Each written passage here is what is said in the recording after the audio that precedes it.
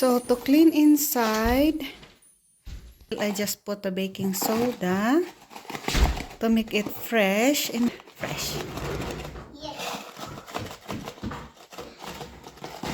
And then I leave it overnight, and then the next day I'm gonna vacuum it.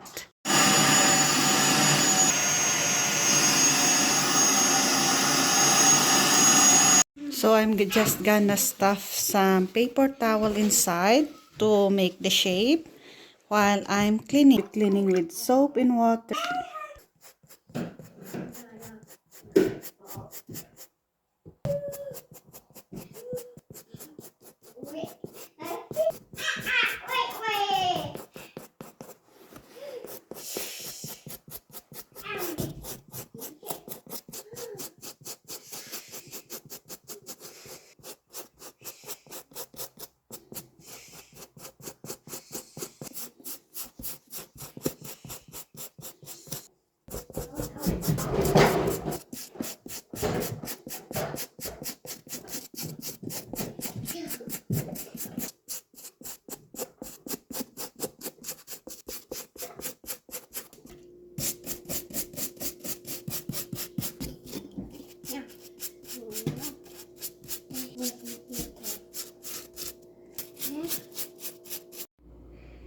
Make sure to put a really good stuffing inside to retain its shape.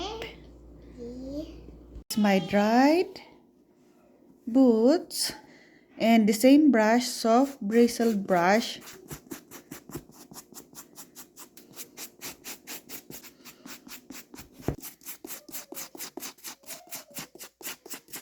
So I remove the stuffing, and you can brush this one to make it fluffy.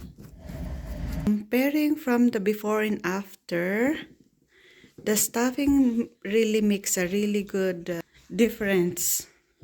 Creasing is gone, and there are some discoloration because I've been using this for 5 years, but good enough for me.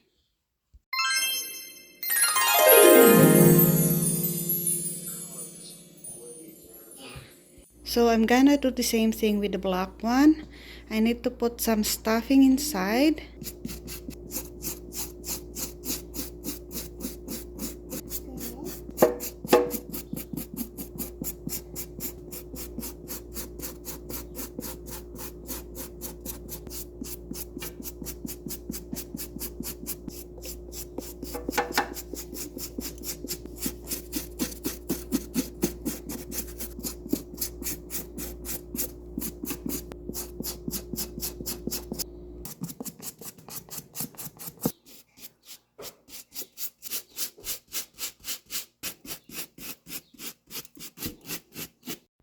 Okay, that's how they look like. The clean, but this is still wet.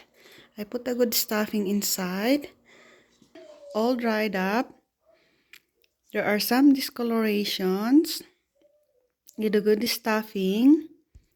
Comparing with the uncleaned one, I think this is good enough for me.